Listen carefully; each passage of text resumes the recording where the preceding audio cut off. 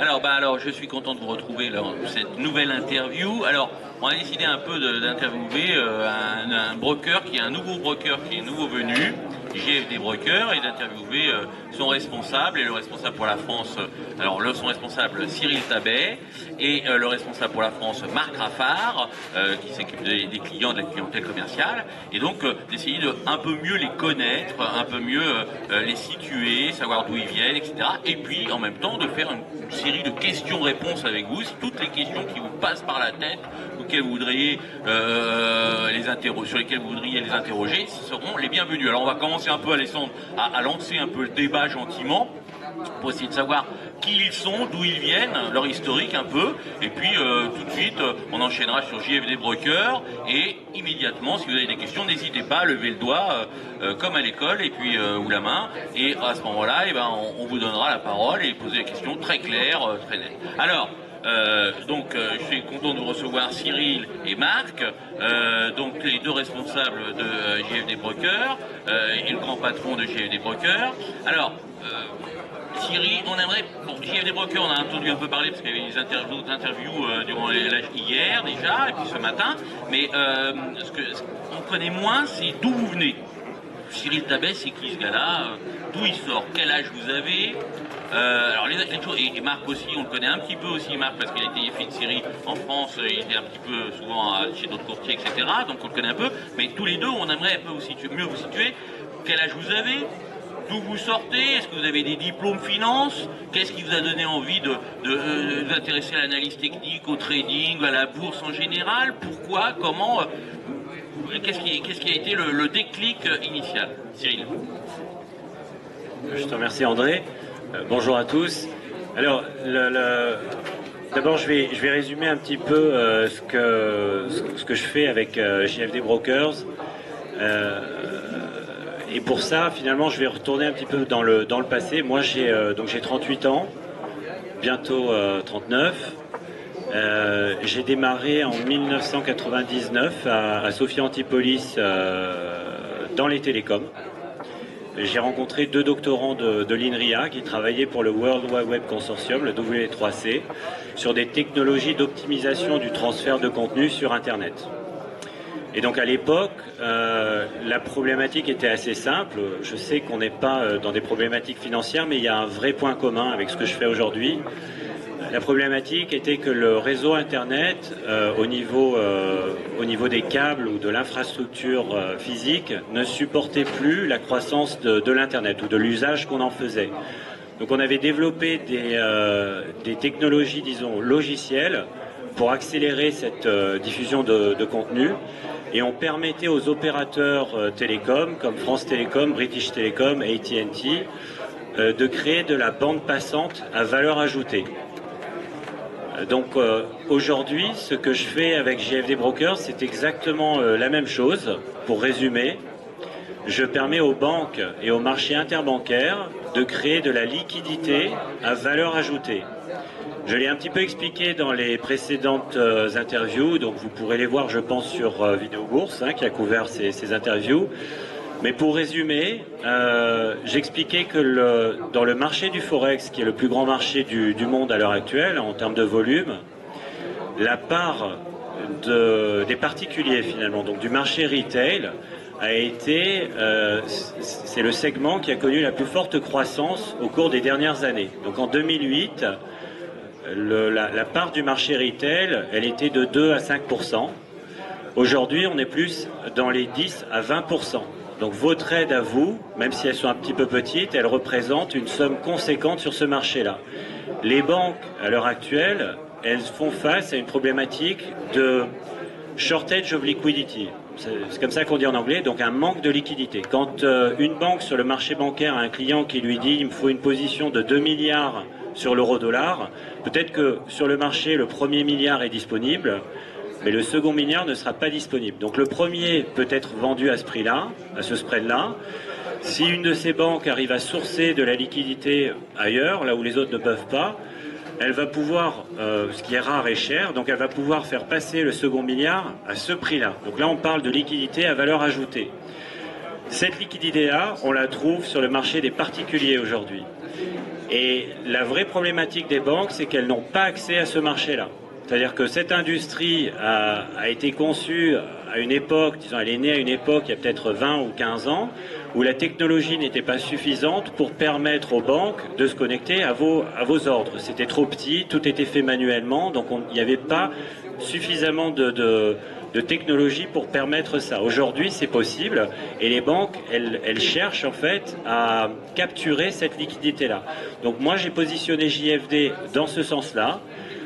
Nous, on offre un accès direct au marché interbancaire en toute transparence. À chaque fois que vous passerez un ordre avec nous, vous saurez quelle banque a clearé votre trade. Donc vous saurez si c'est Citibank, UBS, Goldman Sachs, etc. Et 100% des ordres passent sur le marché. Donc il y a zéro conflit d'intérêt avec JFD Brokers.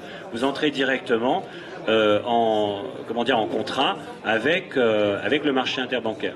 Donc c'est cette problématique-là que moi j'ai adressée. Ça répond à une demande des banques et en même temps ça répond à une demande de transparence, de qualité de service du marché des particuliers qui parfois a été abusé dans les années précédentes et encore aujourd'hui par un certain nombre de brokers. Mis à part cette petite introduction, je peux noter que dans l'industrie finalement du secteur de la finance des particuliers, en 2008, j'avais été recruté ou j'avais été chassé à l'époque par Alpari, qui était une petite structure. Donc Alpari, qui est le broker qu'on connaît, qui fonctionnait très très bien en Russie, mais qui cherchait à s'internationaliser. Donc depuis Londres, je les ai lancés en Europe, je les ai lancés au Moyen-Orient. Donc j'ai ouvert Dubaï, Mumbai, Shanghai, j'ai lancé ça en Europe. Et disons sous mon leadership, la société Alpari UK a réussi à générer des volumes supérieurs à 100 milliards de dollars en l'espace d'un an et demi. Ensuite, j'ai travaillé avec Interbank FX qui m'avait demandé à l'époque la même chose, de faire la même chose. Donc j'étais directeur général chez eux. Ils étaient très forts aux États-Unis, pas très forts ailleurs. Ils m'ont demandé de me focaliser sur les marchés asiatiques. C'est ce que j'ai fait. Et puis j'ai créé JFD Brokers en me disant que ces deux sociétés-là finalement ne passaient pas beaucoup d'ordre en fait sur le marché. Et je voulais vraiment répondre à cette problématique des banques et me positionner d'une façon vraiment institutionnelle. Donc voilà, modifier un petit peu l'offre. On connaît un peu donc JFD, mais rentrons précisément dans les détails. Donc vous êtes le créateur de JFD Brokers, tout seul. Il y a d'autres associés et la date, ça date de quand ça? Donc alors j'ai d'autres associés, notamment Lars Godvik qui est allemand. Alors en fait, on a démarré nos opérations en décembre 2011, donc ça va faire bientôt 3 ans. Lars avait commencé à travailler, disons, sur l'infrastructure de JFD, c'est-à-dire aller chercher la licence à Chypre, etc. Et puis moi je l'ai rejoint une fois que tout était, disons, mis en place. Lars, lui, son background, c'est un trader qui tradait avec Deutsche Bank en Allemagne, qui a travaillé avec beaucoup de médias, qui faisait beaucoup de roadshows, qui s'est aussi rendu compte de la même façon que moi qu'il y avait une sorte de coupure entre le marché des particuliers et le marché interbancaire. Il rencontrait beaucoup de clients high net worth, on va dire, qui travaillaient avec un certain nombre de brokers, dont certains sont présents ici, et qui échangeaient avec lui sur certains déboires. Et lui qui était trader, disons, vraiment directement sur ce marché, il était aussi trader sur le marché des actions. On s'est mis d'accord qu'effectivement il y avait d'abord cette problématique de manque de liquidité à laquelle on pouvait répondre, et en plus de ça, on a essayé de mettre en place une infrastructure qui permette à tout un chacun de traiter sur le marché des devises avec la même transparence qu'un trader action finalement. Et c'est ce qu'on a fait, c'est ce qu'on fait. Donc. Et vous, alors, on connaît votre âge, marié, domicilié ou domicilié, et puis diplôme. Quel est votre background? Vous êtes autodidacte ou businessman ou plus la bourse? Bon, alors je sais plus c'est quoi le site en France, c'est mythique.com. Donc je suis célibataire, pas marié, pas d'enfant, je travaille énormément. J'ai cette passion. Moi, ce qui m'intéresse vraiment, c'est de trouver finalement ces binômes-là, marché émergent, produits innovants, et d'essayer de me positionner là-dedans et prendre un leadership. Donc là, ça fait depuis 2008 que je suis dans ce système au niveau de la finance des particuliers. Ensuite, l'autre question, mon background académique. Donc moi, j'ai fait des études au CERAM à Sophia Antipolis pendant quelques années. Ensuite, je suis parti à Toronto. C'est le cursus Business Administration, on va dire businessman, hein, si vous voulez. Mais pas orienté finance du tout. Ce qui m'intéresse, c'est ces binômes-là. Après, j'ai disons, développé un skill set au niveau de toutes les stratégies qu'on définit de go-to-market, c'est-à-dire lancer des produits ou lancer des sociétés au niveau international. C'est ce que je fais. Voilà. Alors, on connaît un peu mieux donc le patron de JFD Brokers. Alors, le patron pour la France, lui, Marc Raffard, j'ai l'impression que tu t'es un peu est parti au fin fond des steppes là-bas, où tu te trouves maintenant. Alors, bon, je vais me présenter quand même, hein, parce que même si voilà, moi j'ai 30 ans, vous m'avez connu, j'ai travaillé pour de nombreux courtiers, hein, j'ai travaillé pour FXECM, j'ai travaillé pour Honda, et maintenant j'ai rejoint JFD Broker il y a quelques mois, même si on travaille déjà depuis presque un an sur le développement en France. Alors contrairement à Cyril, j'ai un cursus totalement différent, et je vais peut-être en surprendre plus d'un, mais j'ai commencé ma carrière comme gendarme. Donc rien à voir avec la finance. Désolé pour toutes les amendes que j'ai pu mettre à peut-être certains d'entre vous. Mais voilà, j'ai commencé ma carrière comme gendarme, mais j'ai toujours été passionné par le trading, et à un moment donné, bon, j'avais pas envie au bout de 3-4 ans, j'ai décidé de quitter la gendarmerie et de m'orienter vers une carrière plus civile, et je me suis tout de suite dirigé vers la finance, d'abord en autodidacte comme beaucoup d'entre vous, avec un compte de démo, avec un compte réel que j'ai cramé, comme peut-être beaucoup d'entre vous aussi, avec beaucoup de livres, beaucoup de séminaires, beaucoup de conférences comme celle qu'organise Monsieur Malpel, et c'est après par la suite que j'ai eu la chance de rejoindre un courtier qui à l'époque s'implantait en France, c'était FXECM, qui m'a permis de me mettre le pied à l'étrier, je dirais dans l'envers du décor, et j'y suis resté maintenant. Ça fait 6 ans que je travaille dans le courtage. Voilà. Entendu. Alors, est-ce que vous avez des questions à ce sujet sur JFD, sur leur parcours, des questions? Bon, alors, dès que vous avez des questions, n'hésitez pas. C'était une séance questions-réponses, mais je sais que tout le monde est un peu timide. Hein, lancez-vous, hein, n'hésitez pas, Alors oui, une question. Est-ce qu'il y aura un moment où vous allez basculer sur MetaTrader 5 ? Alors, est-ce qu'il y aura un moment où vous allez basculer sur MetaTrader 5 ? Excellente question. Alors c'est vrai que la réponse ce sera non. Après les choses peuvent changer. Maintenant je vais m'expliquer. Nous on est parti du principe que la plateforme MetaTrader 4 c'est quand même la plus répandue à l'heure actuelle. C'est vrai que c'est une technologie quand même assez ancienne. C'est vrai que c'est une plateforme qui n'a jamais été développée pour se connecter au marché, alors que MetaTrader 5 peut se connecter au marché. Ce qu'il faut bien comprendre, c'est d'abord une chose, la complexité au niveau du codage. La complexité. Là, j'entends plus, ça marche. 1, 2, 3, 1, 2, 3, 1, 2, 3, 1, 2, 3, MetaTrader 4. 1, 2, 3, voilà, là c'est mieux. On me dit trop fort, donc le MetaTrader 4 n'a jamais, au niveau du codage, voilà, j'y reviens. Ces plateformes-là, si vous voulez, elles ont besoin d'être, testées, améliorées, etc. chaque année. Donc c'est vrai que déjà en 2008, il y avait encore énormément de bugs sur le MetaTrader 4. Et chaque semaine, je me rappelle qu'il y avait des clients qui nous contactaient en nous disant voilà, ça marche pas, j'ai essayé un truc, et nous on contactait MetaQuotes, donc l'éditeur du logiciel, et ils essayaient de travailler à l'amélioration de la plateforme. Aujourd'hui, pour moi, le MetaTrader 5, ça reste une plateforme qui est relativement jeune. Je ne sais pas si elle est extrêmement stable. Et en plus de ça, nous on est parti du principe que le MT4, il y a énormément d'IA et d'algo qui tournent déjà dessus. Ils sont pas compatibles avec la MetaTrader 5, il faudrait tout recoder. Et en plus de ça, nous, on a développé ou co-développé les technologies qui nous permettent de connecter cette plateforme au marché. Donc c'est ce qu'on appelle les technologies de bridging, des bridges, de faire des ponts.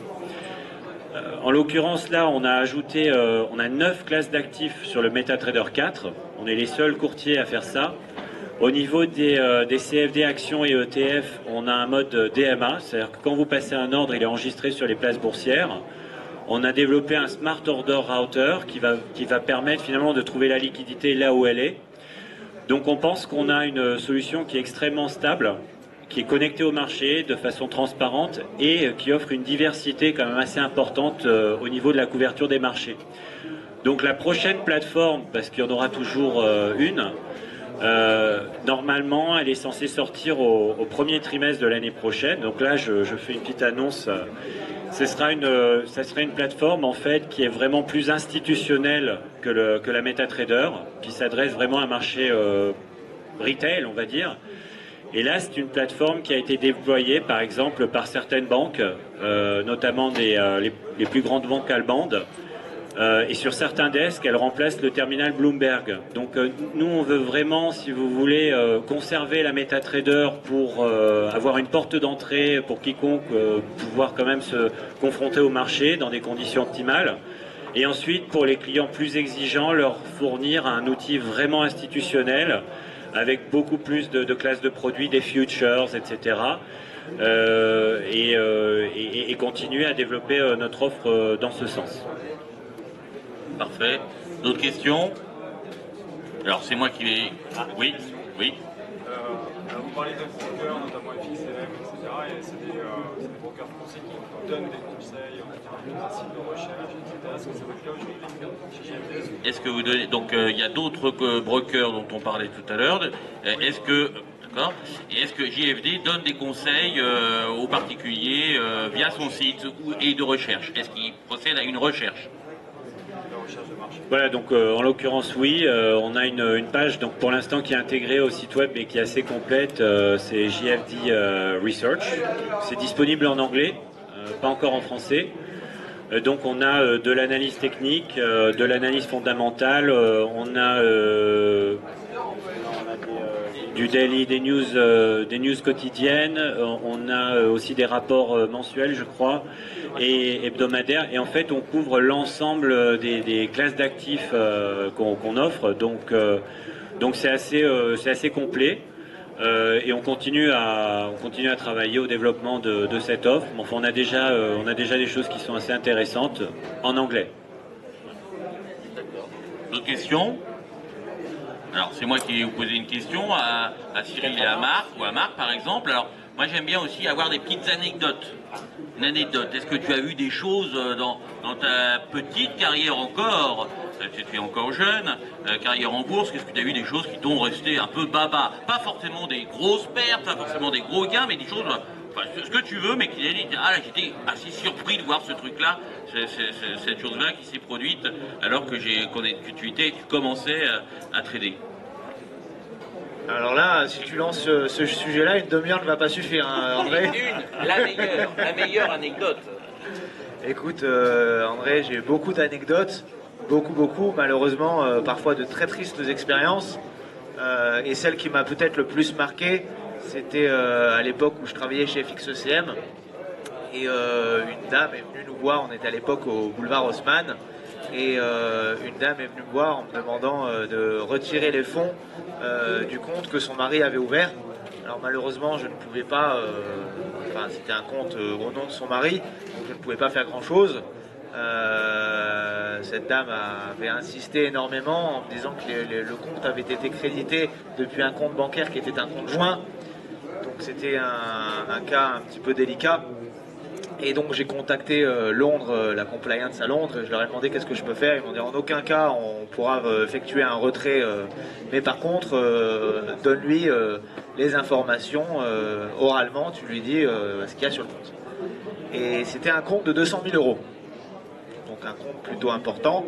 Et la dame en fait quand elle est venue me voir, elle m'a dit voilà j'ai besoin de cet argent parce que cet argent normalement c'est prévu pour acheter un bien immobilier.